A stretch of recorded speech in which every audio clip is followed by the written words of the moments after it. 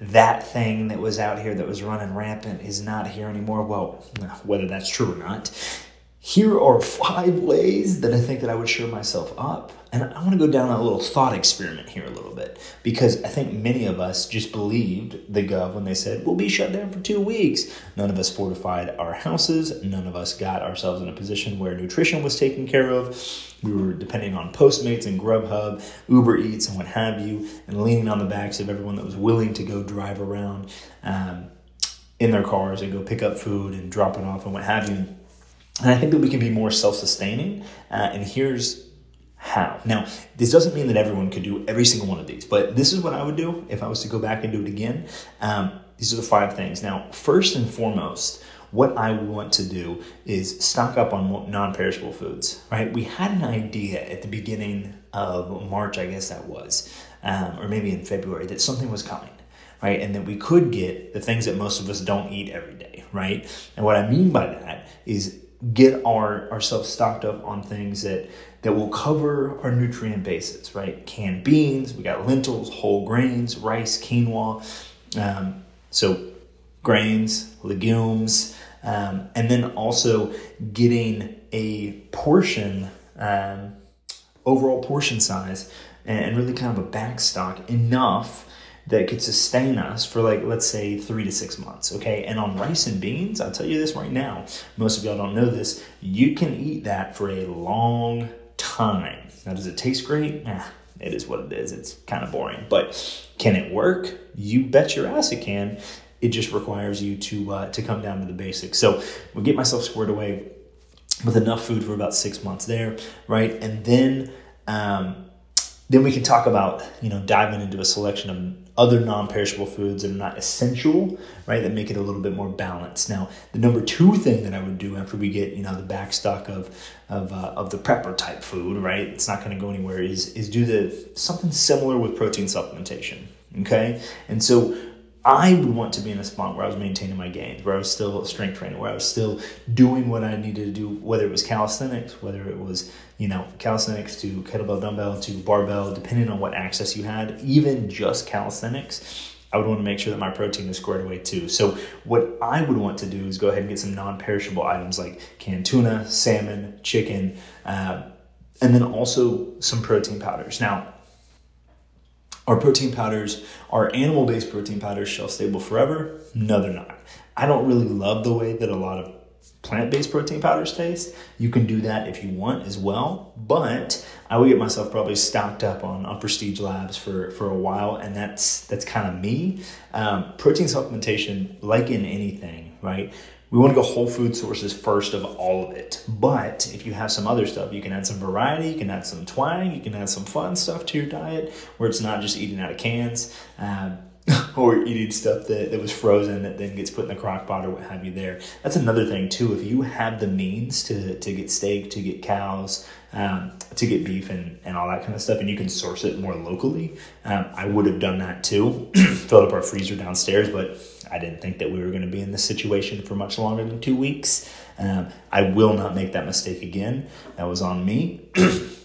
Now, again, whole food sources of protein, they're going to be the most important thing to look at there. It's not going to be supplementation over that. Supplementation means it's supplemental, it's on top of, it's additional, it's added. It's not the base fundamental. So you're going to want to go to food sources first. But that doesn't mean that I'm not going to get my chalky ice cream and my Prestige Labs cookies and cream all squared away, because that's going to allow me to have some stuff that tastes a little bit better than bland chicken and rice and beans. Not saying that you don't need that, because you do, but that's where I would go. And then I would also probably get in a situation, I had a very close friend during the pandemic that had a self-sustaining ecosystem for his chickens, right? For his chickens with a hydroponic system for his chickens, and then also for his fruits and veggies that he was growing. Now, I don't think that you have to go that crazy at all. Now, this kind of is 2-part. Now, I guess I'll go into the fruits and veggies first. I would get myself, seeing what he did and what he was able to eat and how much variety he was able to eat in the pandemic, even with shortages in the grocery stores and stuff being closed and what have you. I would probably get myself into a position where I got into home gardening. And honestly, I would get into home gardening now before it's essential that you know how to do it, so you can kind of have a little bit of a buffer between the time that you have to implement and the time that you're learning, right? So there's not a shortage of seeds for fruits or vegetables. The thing is that people don't know what to grow, when to grow it, how to grow it, and do whatever have you there. If you're watching this on YouTube, literally type into the YouTube search bar after you finish this video, how to grow fruits and veggies at home. And there's tons of things, from aquaponics to hydroponics to outside to potted stuff to in the ground to whatever. If you're outside, you've got to kind of pay attention to seasonal stuff and what's going on there. Not every climate is going to be able to support every single fruit and veggie. So you're going to want to make sure that you're squared away there. But you can also grow inside. I mean, there's grow tents, there's grow houses that, oftentimes are associated with marijuana production, but they're not just used for that, right? You can use them for tomatoes, you can use them for kind of anything. But having an understanding of how fruits and veggies grow and what kind of climate they need would also be something that I would say you need to do. The biggest problem or the biggest barrier to entry there, outside of the knowledge that you can gain in YouTube in like 20 hours of work, is access to the actual seeds. Now, when the pandemic happened, we're talking about there was controlled access. Seeds started disappearing. All of a sudden it was very hard to get them. They were very expensive, and people were pawning them off. Selling them on eBay and what have you for a ridiculous amount of money, way more than what market value was previously. So it takes intentionality to get this stuff set up. But I think that knowing how to garden, knowing how to grow, knowing how to raise is a great skill to have, and it's something that over the pandemic I developed a little bit. Now my mom has more of a green thumb, and our family plots have more of a green thumb, and some of my friends have more of a green thumb, including the person I'm talking about that was very close to me that had a self-sustaining system for his chickens. But on the fruits and veggies, I mean, it just starts with trying, right? Just starts with trying. Decreasing the dependency on a grocery store could be a solid way to go, especially if you're not in the place where you're ridiculously affluent, where money is no object. If money is no object, I don't know why you're watching this, because you're going to be straight regardless, right? Because you can just buy your way out of it. But for those of us that are not that, you gotta fortify yourself. You gotta have a plan, right? If you don't plan at all, or you don't have any kind of contingencies, well, what's going to happen when an emergency comes? You haven't planned for it, you're probably going to fail.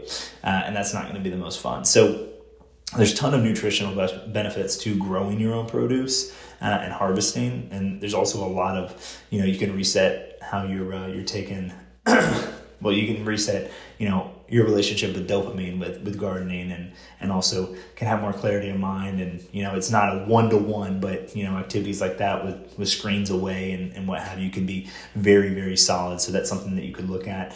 And number 4, so we've gone over first and foremost, stocking non-perishable foods, right? Protein supplementation. Number 3 being the growing fruits and veggies. Number 4 is sustainable composting, okay?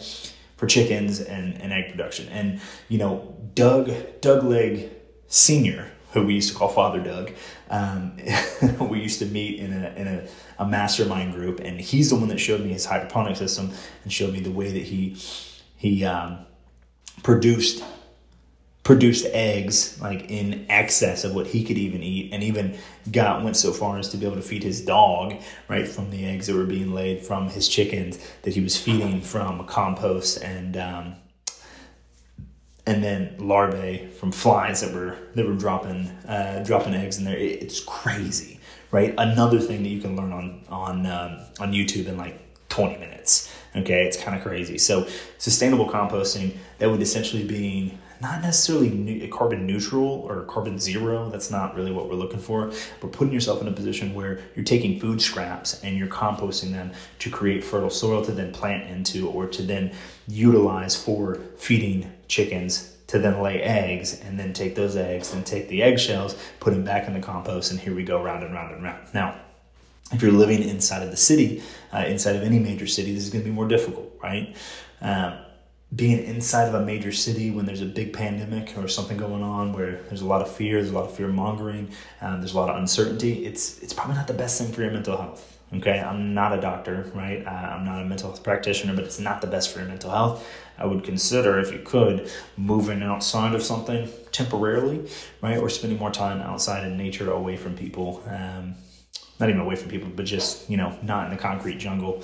But on the composting for the chickens, we're really talking about just having a system that feeds itself, right? Now, raising chickens, right, you might violate your your city code if you have them in your yard and you're not supposed to. It also requires a decent amount of space. You also have to make sure that you're up for the game of protecting the chickens, because a lot of animals, like the livestock out there, they will kill them. And so you need to be aware of that, and local regulations can get you in trouble. So I hold myself harmless on that one.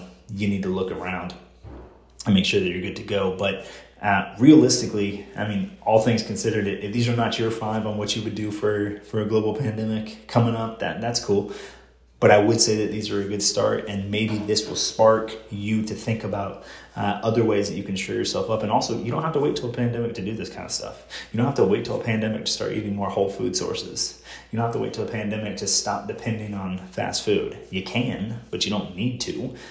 This would actually be a better way to go to shore yourself up and also have a more balanced diet. So leafy and greens can come from your own spot. I mean, unfortunately, when a global pandemic is happening, you have a labor shortage, and then you also have like tons of people that are out of work or have been furloughed or what have you, and then logistics gets all funky because also imports, exports get all funky because a lot of things are going on, regulations, county to county, city to city, state to state, country to country.